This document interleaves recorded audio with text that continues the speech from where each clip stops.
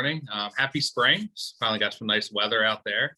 I always kind of embarrass Dr. Cooke, but this is really one of my favorite calls, favorite webinars of the year that we do. It's really exciting, really informative look at our South Jersey, specifically Cape May County economy. But prior to bringing Dr. Cooke on, I'm very excited to welcome our sponsors today, DocuTrend Imaging Solutions. And we were chatting just before we got on the call. It's because of folks like this that we're able to put on these webinars free of cost to everyone. So we certainly encourage anyone out there to let us know about sponsorship interests and opportunities. But again, today we were lucky enough, and I think you guys sponsored one of these calls not so long ago, DocuTrend Imaging Solutions, and we have with us the team, and Charles Powell's going to tell us a little bit about DocuTrend. Charles, you out there? Good morning, everyone. Yes, my name's Charles Powell, and we want to thank the Chamber for allowing us to sponsor today's event. Also attending on this meeting is Doug Jones and Perry Buckley, a couple of my team members. And let me tell you a little about our company, the products we carry and sell, and also a little bit about myself and some of our customers. DocuTrend is a privately held company that's been in business for nearly 20 years with offices located in southern New Jersey, northern New Jersey, Pennsylvania, and in New York. So for those of you who may not be familiar with DocuTrend, we're a technology company specializing in the sale, installation, service of office equipment and office-related products. Some of those products we offer, they can be purchased or leased, and the majority of our business customers tend to lease their products and equipment for either 48 or 60 months. And, you know, although that's primarily what customers do, we also do offer, if there's anybody on the call that a contractor and needs a short-term or a long-term rental, you know, for a job site, that's something else that we do supply, although we don't get a whole lot of calls for that, for those kind of items and services. Myself, I've been in the industry for, over 37 years. It's like, where's the time going, right? And I've lived and worked in the South Jersey area for that entire time. To give you an idea of the products that we provide, we're an authorized dealer for Canon copiers and printers and scanners, and Kyocera copiers and printers. These products are used mostly in small, medium, and large businesses in an office environment setting. Our core business has traditionally been offices, business offices, but in today's environment, we're seeing more and more of those businesses asking that products be placed in employees' home offices. So, you know, it's funny. I was just thinking back when I was going through some of these things that we do. Probably since January 1 and today, I've had more requests from business owners about commercial grade equipment that put in an employee's home than I have in my entire career in that short of a period of time. You know, in a matter of a few months. It wasn't very common, but today it is, because more people are moving out of the office and moving back home. And that's something that we could help with. Another product line that we sell and service consists of what's known as wide format products. So we're an authorized dealer for KIP, OSE, and Canon wide format products.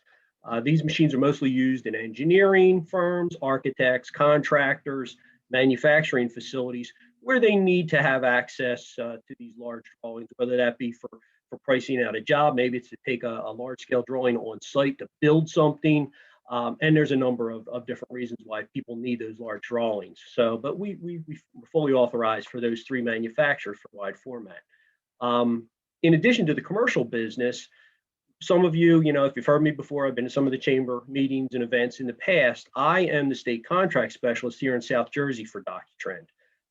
We have many municipal offices, state offices, and facilities as current customers, including a few of them include the New Jersey State Attorney General's office, the Department of Community Affairs. We have numerous state prisons and New Jersey veterans homes, you know, scattered throughout the state. So anywhere from Atlantic City, Trenton, of course, Newark, they're really scattered throughout the state. And so if you have any municipal offices in need of products on the New Jersey state contract or cooperative contracts, I'd be able to help with that. And that could be, you know, a borough hall, a township office, a county office, anyone that would be interested in a state contract. And then speaking of the cooperative contracts, the last item I'd like to mention is Kyocera is now offering one of their cooperative contracts to nonprofit organizations. These specific contracts allow nonprofits very large discounts on both the equipment and the service. So if there's any nonprofits on the call that are in need of equipment, either now or in the future, Kyocera offers both their black and white and their color line of copiers and printers on this contract. So that's my little spiel about the company, what I do, how I'm involved, a few of our customers. At this time, I'm going to turn it over to Perry Buckley to discuss a few of the other products and services that we offer. Thank you. Thank you, Charles. Thanks a lot, Charles. I appreciate it. I'm Perry Buckley from DocuTrend, 25 years in technology. I wanted to talk to you today about Elevate by DocuTrend. It's a cloud-based unified communication collaboration platform. It includes voice, data, and enables users to be more mobile, more productive, and share information and content through a single system, whether you're in the office or working from home. As we all know, we've all been working from home a lot lately, and these are tools that help us work remotely and collaborate back and forth. Elevate seamlessly integrates with all of your communication tools, your desktop, your mobile phone, plus your computers into one manageable solution. Some of the key elements to Elevate are a cloud-based VoIP system, voice over internet protocol. You never miss a call. All the calls can go to either your desktop, your mobile phone, your home phone. This solution also has built-in disaster recovery. If there's an issue or a problem where you lose your internet connection, it could redirect the call to any number, any location. And then also, if you wanted to, it could just be in voicemail. You could leave it in voicemail because the voicemail will always be there because it's in the cloud. Included in our voicemail is actually voicemail to email and voicemail to text. So when it reconnects the connection, say you lose your internet, then you'll automatically be able to get that call back. Other key features in the data side are data file collaboration, file backup to the cloud, video conferencing, chat, and notes. There's also a contact center and a skill-based routing report. Elevate is a lower cost than a traditional phone system. It consolidates voice and data into one network. So basically, instead of having a network for your data and a network for your voice, you really traverse the internet for both. So what you do is you actually encapsulate your voice. So then there's something called QoS, quality of service. So then basically it will override the data on the data side, and the voice actually takes priority. So that's the one reason that you can actually run everything off of just one internet-based pipe. On average, we've been able to save about 30% to other companies in their communication billing. One flat fee for local long distance. There's no maintenance fee. There's no hardware where you have to purchase the phones or any type of hardware. It's all inclusive on that. So what it comes down to is it's got built-in DR. It handles your voice, your data. If there's anybody that would like to see some type of demonstration, we actually, like Charles has mentioned, we also have a cooperative for this for state contracts, state and local government. But if anybody would like a demonstration, please feel free to reach out to myself and we can line up a demonstration where you guys could see the product and really play with it and try it. That's basically what I have for today. And if you have any other questions, please feel free to reach out to myself. Thank you. Great. Thank you, Perry, and thank you, DocuTrend team. Certainly hitting an important part of the needs that are out there for a lot of our members. And again, thank you for your sponsorship and your membership. So greatly appreciate it. All right, quickly, Dr. Cooke, I'm going to go through your bio here real fast, if you don't mind. So I'm going to give you a little introduction for your economic update. So Dr. Cooke is Associate Professor of Economics at Stockton University. He teaches courses in macroeconomics, ecological economics, U.S. economic history, and political economy. Dr. Cooke has nearly 20 years of experience conducting research on metropolitan area and state economies, labor and real estate markets, and public policies. Dr. Cooke created and authors the South Jersey Economic Review. He regularly consults for a wide variety of public and private sector institutions. He's currently program coordinator for Stockton's economics program and co-chairs Stockton's Economic Inequality Initiative.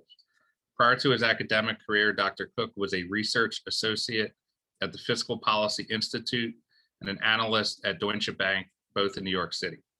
Dr. Cooke received his PhD from the University of Massachusetts.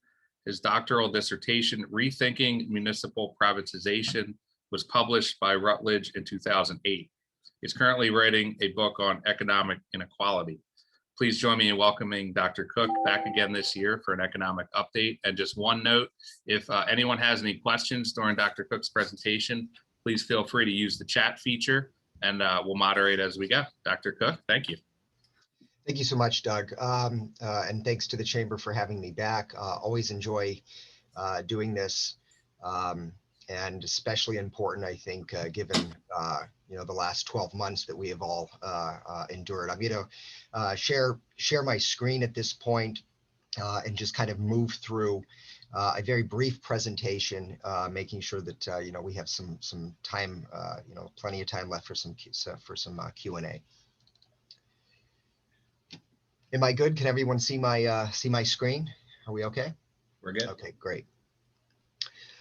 Okay, so I thought it might be helpful to actually start with the good news. I think that there's some very clear evidence just that has kind of started to accumulate over the last 2 or 3 months, really. That the U.S. economy, the national economy, really seems like it's kind of well positioned at this point for what appears to be a very strong rebound in 2021. You can see here on the chart, in fact, I don't know if I can actually annotate here or not. I'm not sure, maybe I can't actually do it here. But in any event, you can see very clearly the most recent uptick in terms of employment growth on a monthly basis. Last month's March gain, which was not quite 1 million, was the largest since last August. That said, if you kind of look at this, the orange line here, you can still see that while it's certainly true that we've been, heading in the right direction over the last several months, overall national employment remains 8.4 million below where it was in February 2020. I'll kind of come back to that a little bit later on, but it's kind of something to keep in mind. A number of other important kind of recent trends at the national level. Initial UI claims have been trending down over the last several weeks. The most recent week, about 547,000 initial UI claims. That, of course, remains very, very high relative to pre-pandemic levels, but relative to where we were, say, even 6 months ago, that's a pretty remarkable improvement. Retail sales up very strongly last month, nearly 10%. That's about the largest monthly gain since basically last May, when we kind of had an initial kind of bounce back right after we all went into lockdown last spring. This morning, we actually just got first quarter GDP figures. In fact, I was just looking at them briefly before I jumped on the call this morning. A continued acceleration from the fourth quarter of last year looks very, very good, about 6.4% on an annualized basis. These are kind of, the first preliminary release from the BEA, very, very strongly driven by consumer spending, which was, very, very robust here, as you can see, about, 10.7% on an annualized basis. Going along with, the kind of pop in retail or consumer spending, consumer confidence, which was released, I want to say maybe Tuesday, a couple of days ago, by the Conference Board. This is probably the most widely watched consumer confidence survey that's out there.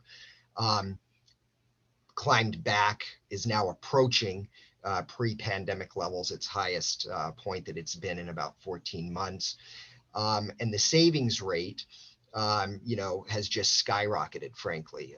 In fact, in January, it was, approaching 20%, which was, outside of some wartime, going back to World War II, among the highest recorded rates that we've actually seen.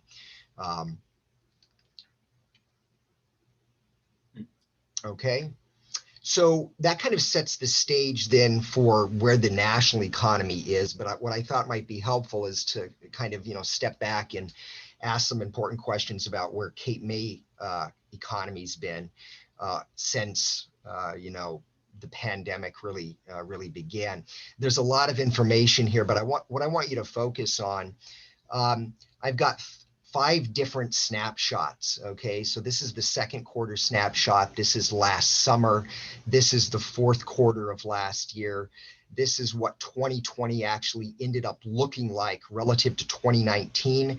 And this compares what happened, effectively taking a look at the COVID recession of 2020 and giving you a sense of how it stacks up against the Great Recession of, 2009 really was the trough year of the Great Recession. So if you kind of focus just on the total non-farm, this is total non-farm establishment employment in Cape May County. And then most importantly, of course, is the leisure and hospitality line that you can see here, which obviously plays an outsized role in the health of the county's economy. So if you take a look at the first box, the second quarter of last year, you can see that on a year-over-year basis, the second quarter total employment was down about 25%, right? I don't think that this is probably terribly surprising to anyone. You can see that as it relates to leisure and hospitality, employment overall in that particular sector was down almost 50%, with leisure and hospitality accounting for something like about nearly 60% of that year-over-year job loss, which ended up totaling a little over 11,000. As you move into the summer months of last year, which is right this bucket of information right here, you can see that there was kind of some initial pairing of the job loss. About 1,100 jobs or so were regained as we moved into the summer months of 2020. That said, overall employment was still down about 18% or so.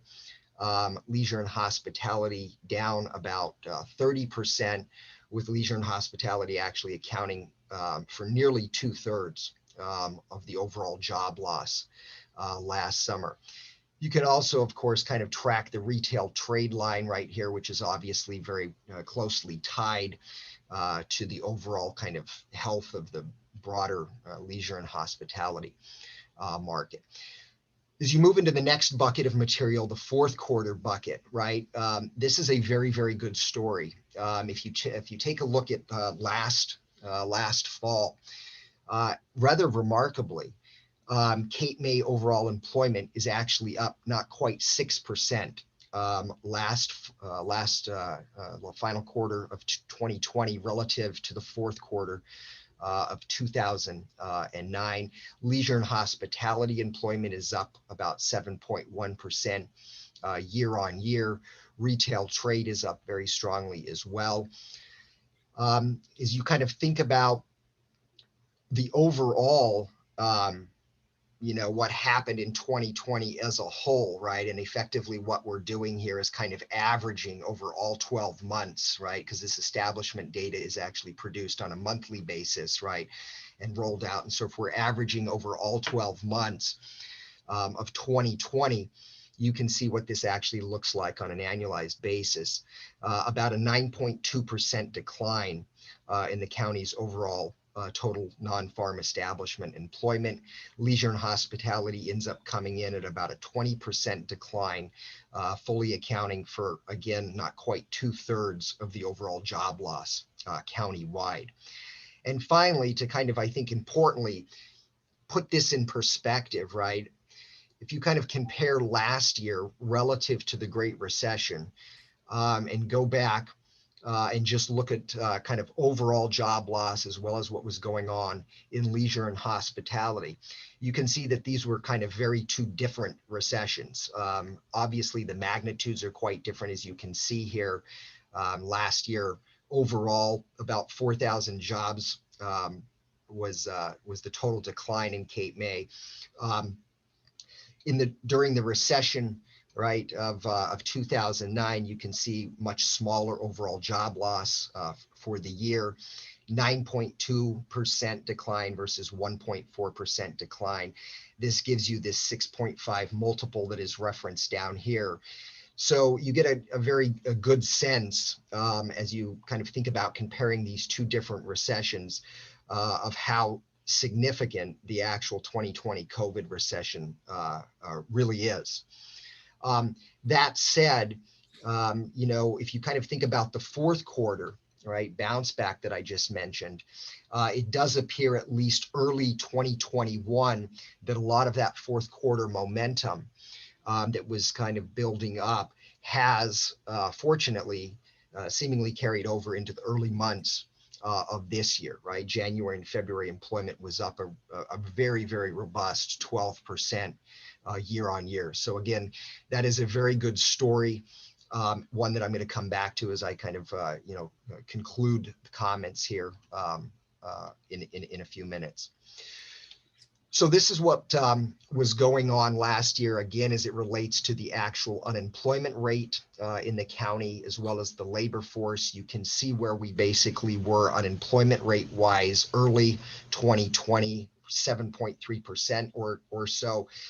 This, of course, was roughly double the national rate of unemployment, which was right around 3.5% or so. You can see that the unemployment rate, not surprisingly, jumped very, very dramatically beginning in April, eventually climbing to nearly 27% or so, as you can see here in June. At the same time that the unemployment rate was drifting, spiking last summer, you can also see that the labor force, right, which is actually benchmarked over here to the left axis, was really actually heading south very, very quickly. It began to stabilize kind of in late summer. I think a lot of this, of course, had to do with the kind of reopening of business that really started to, gain some traction early July, really, of last summer. And most importantly, I think, as you look at this picture, the nice thing to report, really, and again, I think that this is very important in thinking about where we might be headed over the rest of 2021. The labor force, right, the county labor force has actually climbed back above where we were pre-pandemic, which is really pretty remarkable in many ways. This is not the same in Atlantic County. Right now, Atlantic County's labor force remains well below where it was pre-pandemic. So in some sense, this is, Cape May, I think, recovery-wise, looking much stronger, at least today, than Atlantic County is. Especially important, this flatlining, basically, you can see that the unemployment rate is holding steady, roughly about 8.5%, still above, obviously, where it was pre-pandemic. But the fact that the labor force has actually come back this strong and the unemployment rate, right, hasn't actually started to rise with it is a very good sign, in my opinion. You get a sense of what last summer looked like. Probably the most timely, the easiest to get data for me is the occupancy tax at the county level. I don't think that that's terribly surprising. About 24% down year on year last summer. Gives you kind of a sense of where that stood relative to the summer of 2009, what was about 9% or so total occupancy, motel and hotel occupancy tax. And then as a couple of us that were on the call a little bit before it began, the one real bright spot has been real estate. And I think many of you who are involved in real estate that are on the call probably can confirm this. Single family home prices up very, very strongly in February in Cape May, about 18% year on year.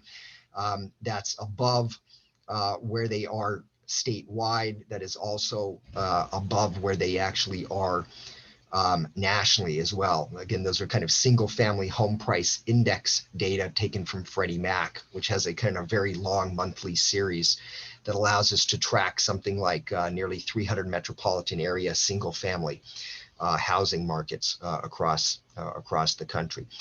That said, if you go back to the trough of the housing market in the aftermath of the Great Recession, which really occurred locally in the fourth quarter of 2011, as hard as that is to believe, you can see what single-family home prices in the county actually look like, about 39% relative to the trough, a little bit higher than Atlantic City, it's 25%, New Jersey, roughly keeping pace with state single-family home prices. But of course, given the last 12 months in particular, we've seen a lot of very, very hot housing markets, especially in other places across the country. So certainly trailing overall single family home price if you kind of think about it at a national level. So a very important question I know for a lot of folks here on the call today is how the pandemic has affected small businesses. And so the nice thing that the Census Bureau, very informative thing that the U.S. Census Bureau began to do, very early on in the pandemic, is to begin to kind of track through what is called the Pulse Small Business Survey, a whole variety of questions pitched to roughly about 900,000 or so small businesses. And unfortunately, while these data are not available on a county level, they are relatively representative of small businesses at the state level. And so as you can see here, we currently have 4 different phases of the Pulse survey, which really began in mid-April of last year.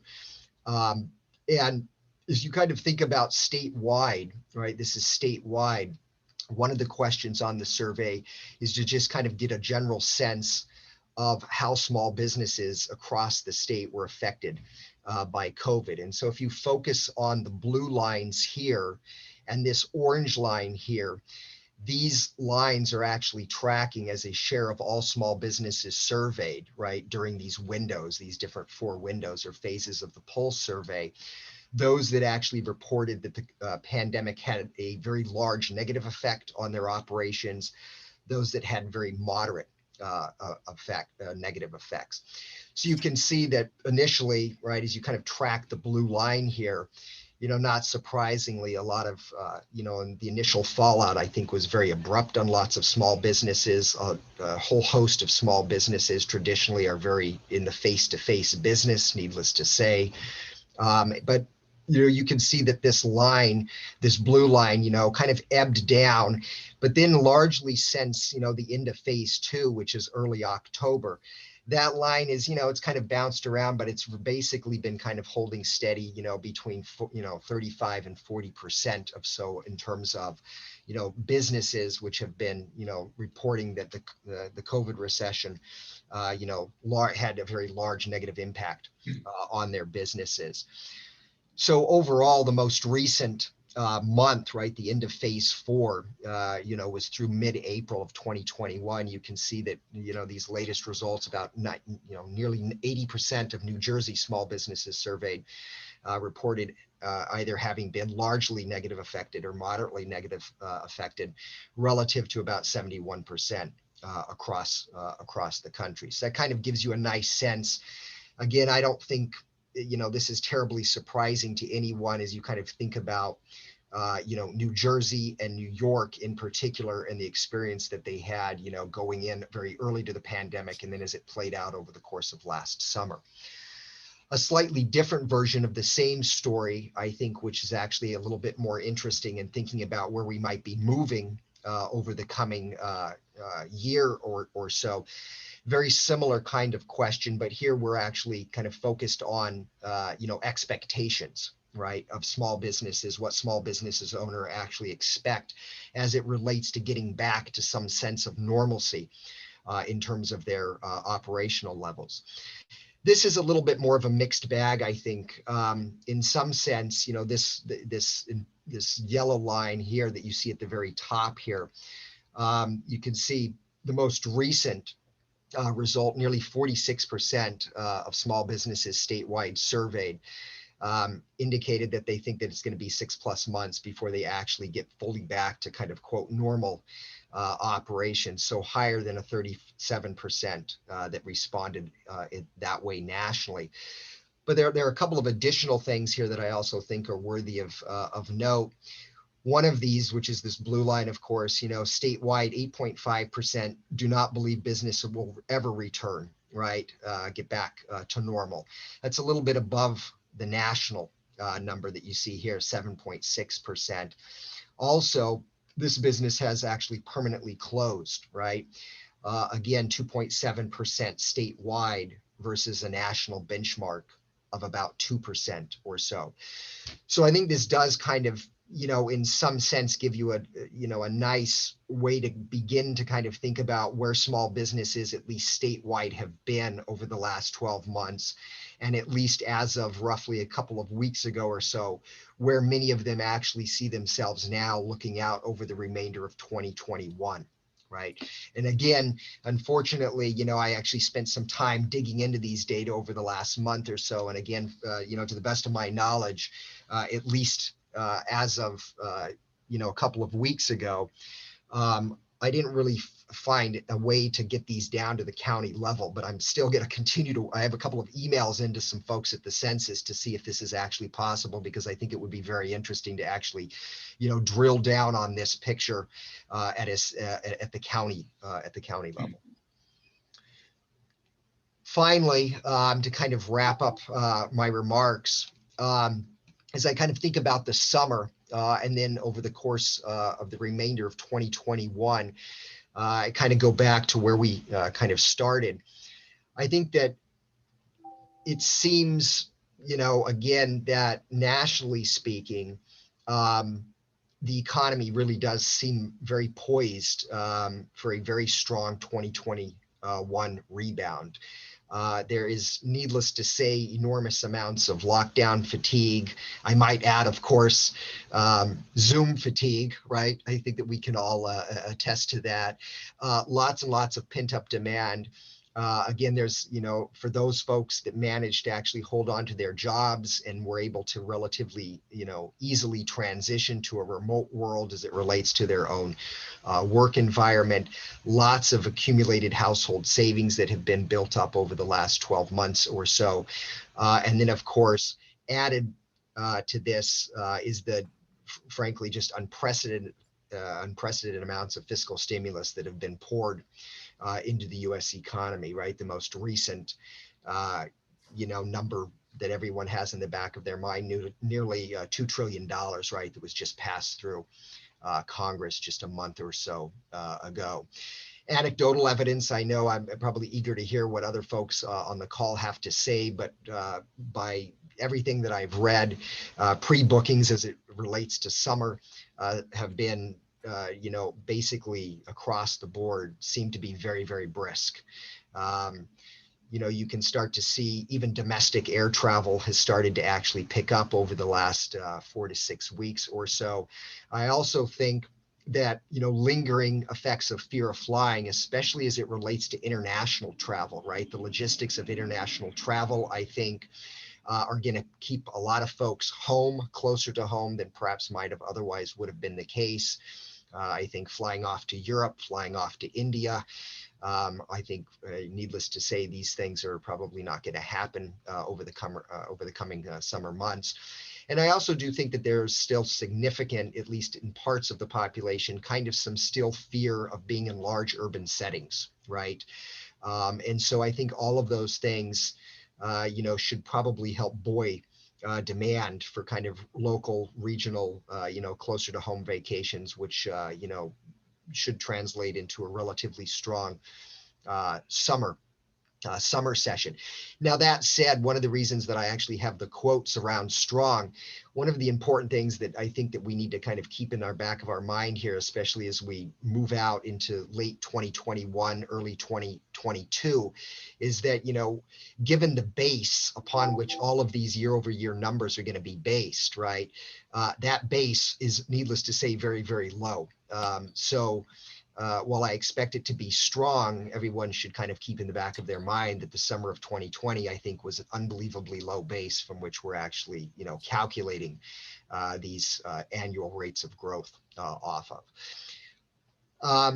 All that said, I do think COVID is obviously not going away anytime soon. I obviously think that my own sense of kind of where we stand from a kind of public health perspective is certainly, moving in the right direction. I think it appears, by early summer, late June, early July, based on kind of current trends, that we're going to be, nearing something like 80% or so of the adult population likely to be vaccinated.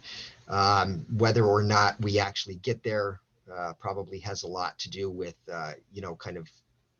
holding, some populations and segments of the population that, of course, can't be vaccinated for various reasons. I think it's very good news that, I know my own daughter is who's getting ready to turn 16, is going to be vaccinated the day she literally turns 16 in a handful of weeks, actually. But I also think a lot of this is going to depend, as it always had, kind of on consumer comfort. I get the sense that, we are moving in the right direction, but I still think there's going to be a lot of lingering fear about being in, crowded public spaces, whether it be, malls, whether it be water parks, whether it be, restaurants, et cetera. In fact, up here on the top right, as you can see, this is a little clip from a relatively recent poll, maybe about a month or so ago, from Morning Consult, tracking by kind of generations, the proportion of those individuals surveyed indicating that they are going to be comfortable, at least then, about dining out right now, right? And so as you can see there, as of late March, all 4 of those lines that are shown there are below 50%. Right. So I do still think that this kind of consumer comfort element of the story is going to be very, very important as we move along here in 2021. And then, of course, a whole host of kind of questions and wild cards to kind of round out to the discussion. My own sense is school opening being somewhat normal in the fall of 2021 is hugely important for all sorts of obvious reasons that many of us have learned the hard way over the last several months. Getting folks back into jobs, especially as it relates to the labor force kind of rebounding, very, very tough on a whole host of families that have kids and had to have an individual that actually had to stay home with their children in order to kind of negotiate the basic logistics of remote education. Whole host of questions obviously still on the table as it relates to these new variants. I think the past week and a half so of news out of India is very, very troubling. Lots of kind of anecdotal evidence as it relates to vaccinated individuals that are still getting sick. With a new variant that seems to be driving most of the action in India today. Frankly, the human tragedy that is playing out in that country today. Supply side bottlenecks. Again, several of the individuals kind of on the pre-call were talking about this. This is hugely important as it relates to inflation. I think that we have a lot of pent up savings, a lot of pent up demand.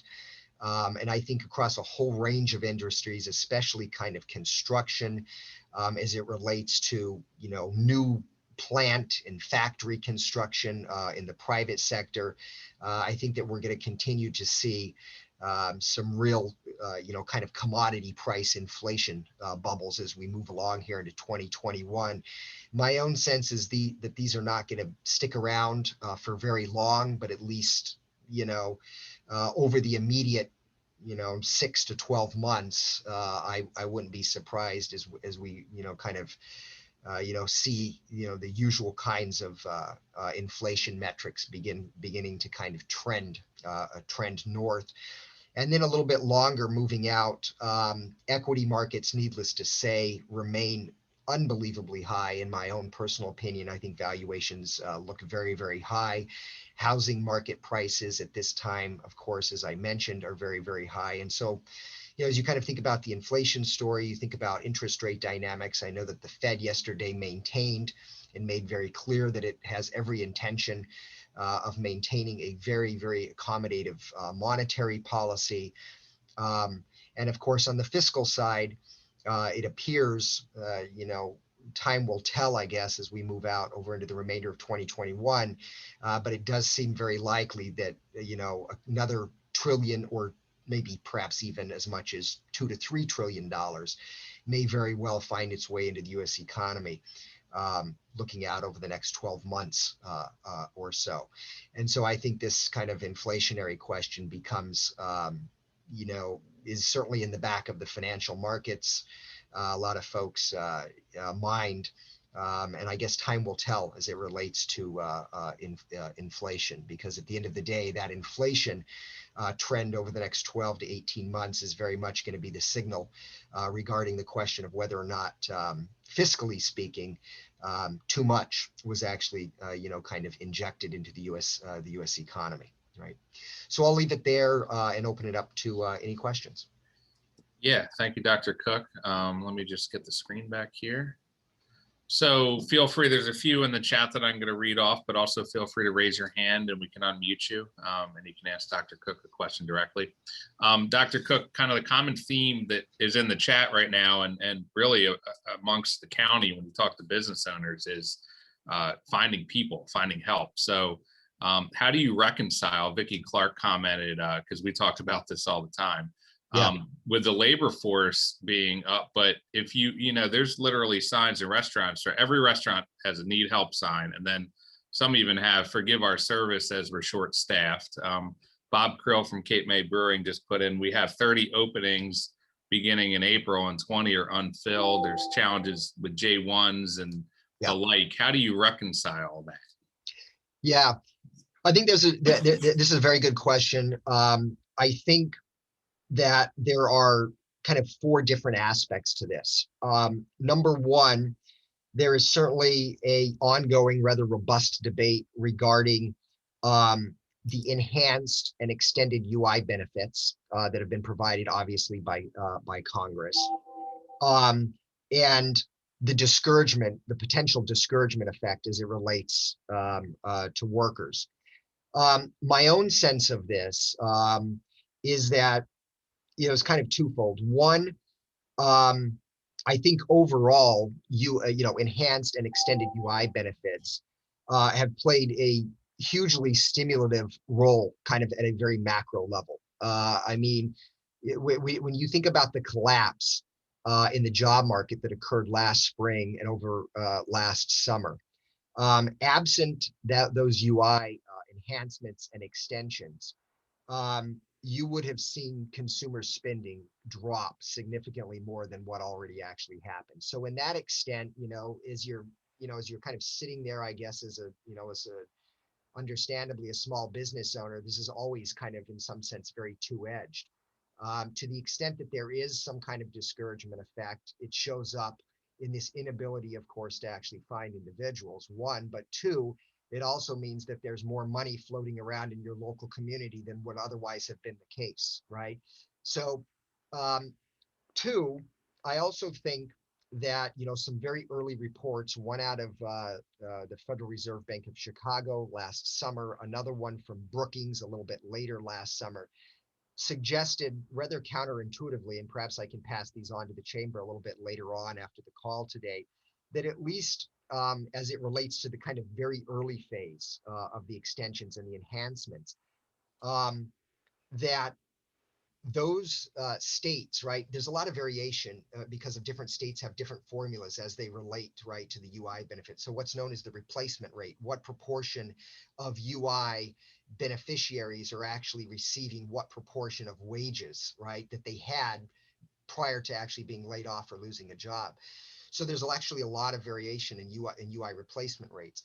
But interestingly enough, at least through the early part of last summer, it tended to be the case, both of these two reports suggested, that the folks that actually end up getting UI benefits end up actually looking for jobs more intensely than those that actually were getting lower replacement rates, which seems very counterintuitive, I know. We're kind of waiting to see, I think, get a real full annual picture of this, right? But I also think that there are a couple of other things. You mentioned the J1s, right? The J1s, I think. Oop. I think I'm muted. I think we're good. Sorry about that. Yeah. Okay. You mentioned the J1s, right? The J1s, I think, are huge. I think any small bit, shore business probably knows what the J1 non-immigrant visa program is all about. Something like 5,200 individuals arrive every year, especially as it relates to the student summer work program, right? That's part of the J1 program. The J1 program obviously was just stopped, right? Full stop last spring. It only recently, the ban was lifted, I believe, the end of March of this year, right? There's an enormous amount of pent up demand at US consulates worldwide that basically stopped processing these kinds of visas. So I certainly think, 5,000 people, when you think about the Cape May labor force basically doubling or coming very close to doubling every summer, that's certainly a part of the story. But I also think I would add an additional two things. One, I genuinely think that there is still fear in a very important part of the population, right, that would otherwise be looking for these jobs, right? Now, whether or not these folks have been vaccinated or not, some of them have been, some of them probably haven't been, but the face-to-face nature of a lot of hospitality and tourism jobs, right? Obviously, as we all know and we saw tragically play out last summer, elevates the risk of a certain type and group of workers. And so I don't think it's, entirely, crazy to assume that some of these folks that otherwise would be interested in taking these jobs remain very fearful about, being in contact with the public, some of whom have been vaccinated. But, the reality is today is there's still something like only half of the US population that has actually received their first jab or something, right? So I think that's a very real fear. The other possibility I think that a lot of economists today are talking about is the kind of industry and labor market churn that the pandemic has induced. And so what I mean by this is that as these folks that had traditionally got jobs, especially in the summer, in a whole host of industries that are central to the summer shore season, were pushed out of jobs, laid off, weren't successful in actually reattaching last summer, last fall, they've started to float out into other industries, frankly, right? There's a handful of industries that have done very, very well over the last 12 months. And so to the extent that those individuals have migrated into other industries, this also might be a part, this kind of larger industry-based and job market churn that I think some of these anecdotal things that, I suspect many of you are kind of facing are kind of really confronting. So I think there's a kind of mix of factors. I don't doubt, any of these anecdotal stories that I hear. I think that they're, someone actually called me the other day, and the same thing is apparently happening in different parts of Pennsylvania as well going on today. So, we'll see how it plays out. There's obviously the wage question as well, right? I mean, as these folks, start to find, when you kind of think about Amazon has hired an unbelievable number of people just in the last, 6 months. As Amazon is paying $15 an hour, this becomes another very difficult thing, right? To actually attract folks away from these kinds of jobs, right? They're easy to get.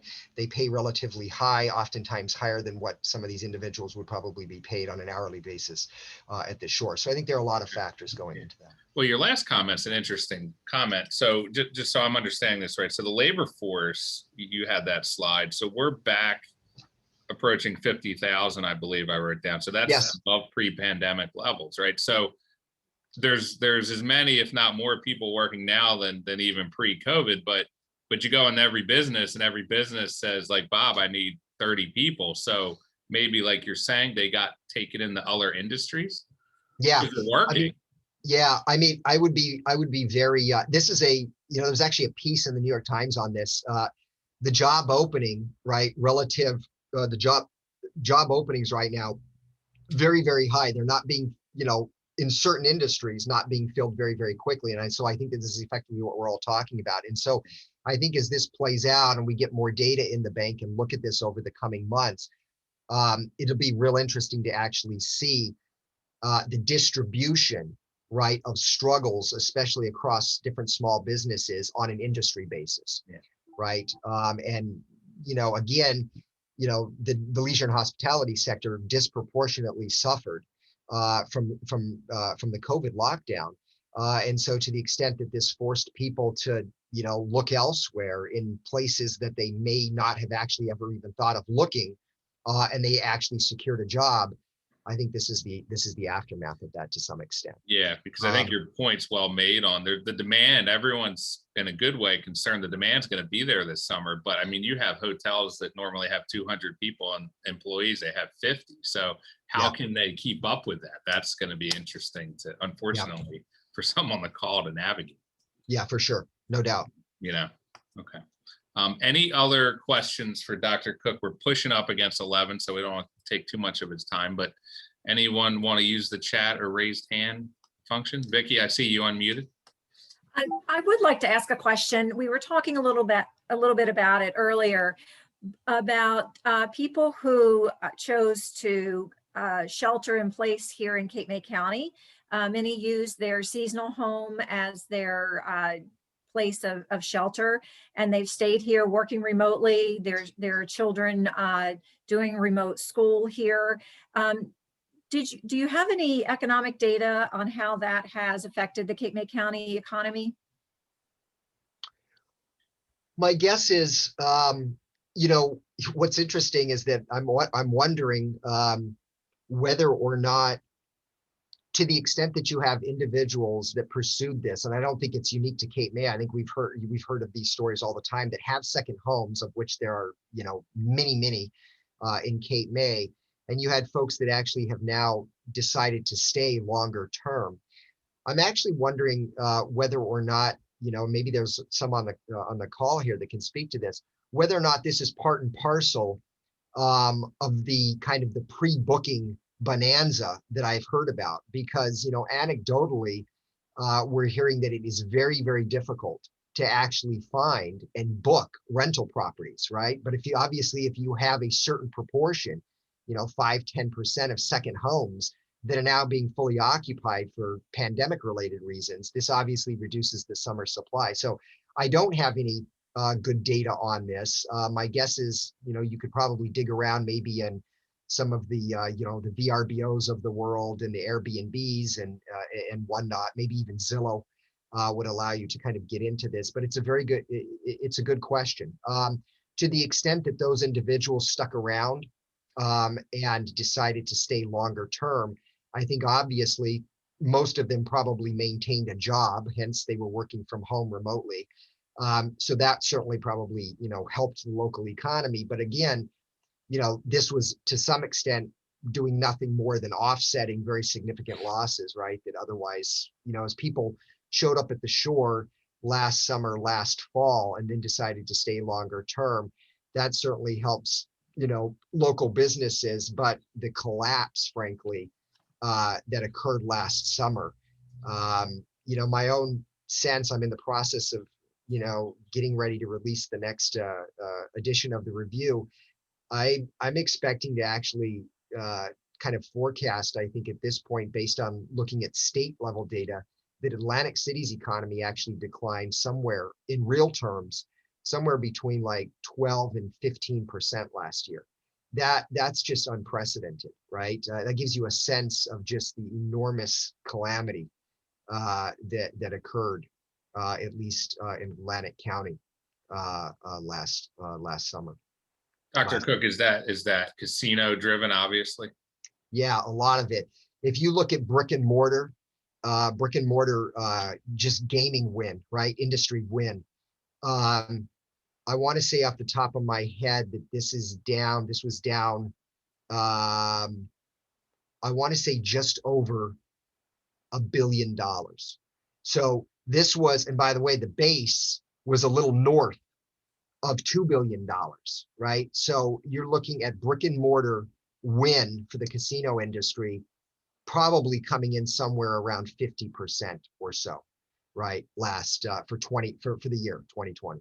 And that's way above where if you go back to the Great Recession, I think that the actual brick and mortar decline was somewhere in the range of about 23-24% decline in 2009. So almost a near doubling of the decline in brick and mortar win.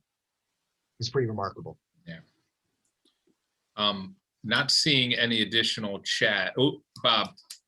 Okay, this is actually Frank Stempen. I'm the CFO here. Bob's sitting here next to me. As I was saying in the question, we have a lot of people that we're trying to hire, and we're finding these hotels that only have 50 people versus 200. We have to increase the payroll significantly even to get the people. Now, I'm not even talking seasonal. We're looking at full time. So is there a study through ADP or otherwise for Cape May County that has information pre-pandemic and the same type of breakout that you have, as well as something that might be more current? Because I have a feeling that you're seeing information here that's going to be, I don't know, $3, $4, $5 more per hour for people, and we're paying over $15 an hour now. So we were pre-pandemic, and we have to increase it.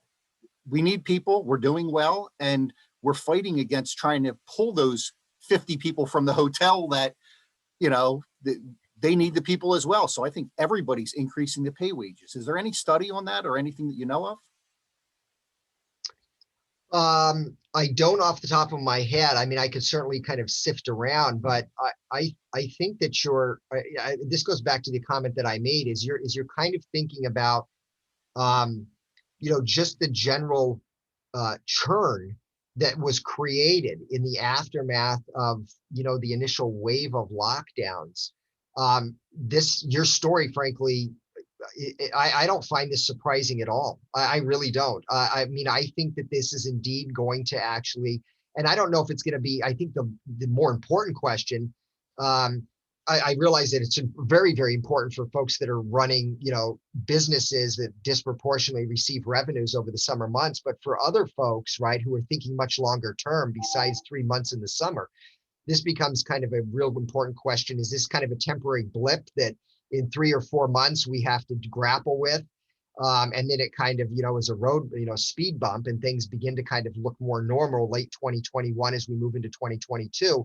Or are we actually going to see a significant, you know, wage-led price spiral, right? Inflationary pressures be put on the economy. I think that this is a big debate right now that's going on as it relates to the broader fiscal stimulus package, right? That's been pushed through Congress very recently. You know, I think that, you know, as you see, you know, I mean, like, again, I was telling folks, you know, if you sought out any estimate to do anything on your home, big or small, over the last handful of months, you know, and you're thinking, well, this would be a great time. I've saved up some money and I'm going to build a new fence or put on a new roof. The prices are just remarkable. It's hard to find a contractor to show up to even give you an estimate, frankly, these days, right? You know, I was telling everyone I did this with a roofer just a couple of weeks ago. Not only did the estimate come in, you know, 2x what it was literally 2 to 3 years ago, but, you know, this guy is booking already roofs for the summer of 2022. Mm-hmm. So this, you know, this gives you a sense of what's going on in a lot of these industries. It's pretty remarkable, right? Yeah, you hear a lot of stories like restaurants offering $20 an hour to serve and not getting any applicants, because I think the unemployment benefit, you know, insurance is coming into play, like you mentioned earlier too. So there's a lot of factors, I guess. Yeah. You know, yeah, it's frustrating for a lot of folks on the call, I know.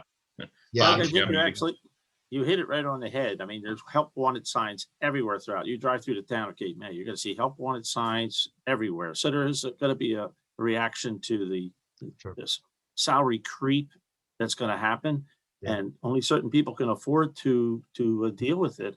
And it's just the reality of what we're going to have to live with through this whole summer, which is higher salaries for good employees, and it's going to be hard to find. Yeah, for sure. Definitely going to be a challenging summer, for sure. There's no doubt. Dr. Cooke, you mentioned last question, your review that you send out. How can folks on this call, how can they access that? I believe there was a link that maybe Brigida had. Yeah, there is, and I'll send out the links. I'll give you guys, Doug. I'll give you and Vicky the slides. Yeah, the very last slide there includes a link. But the easiest way to actually do this is you can just go to the Stockton homepage, right? Stockton.edu. And if you just type into the search box SJER, South Jersey Economic Review, SJER, it'll come up immediately. You can click. All of the prior editions of the review are there. The most recent being the one that was released right as we kind of went into lockdown. I'm kind of writing finishing up in the next week or so, a kind of 1-year retrospective on some of the stuff that I did there, looking back on, a little bit of the forecasting was good or bad, and what actually kind of transpired in the southern New Jersey regional economy, as well as some state-based stuff as well. So, and there's also, if you access the website, there's a way that's actually embedded on the publication itself to add yourself to the reviews distribution list. So you'll just get an email notification if you'd like when it comes out. Yeah, we really appreciate it. It's a way for us to kind of stay informed until we bug you to have you back on, late fall. Great. No, we really appreciate your time. I want to also thank DocuTrend again for your sponsorship and your membership. So greatly appreciated. And Dr. Cooke, again, thank you very much. And thank you very much for having me. Yeah. Go ahead. Best of luck with the summer season, everyone. Thank you. You'll see me walking the streets at some point with my family. Come on in. Yeah. All right. Thank you, everyone, for joining the call. Have a great day. Yeah. Have a good one. Yeah, thank you.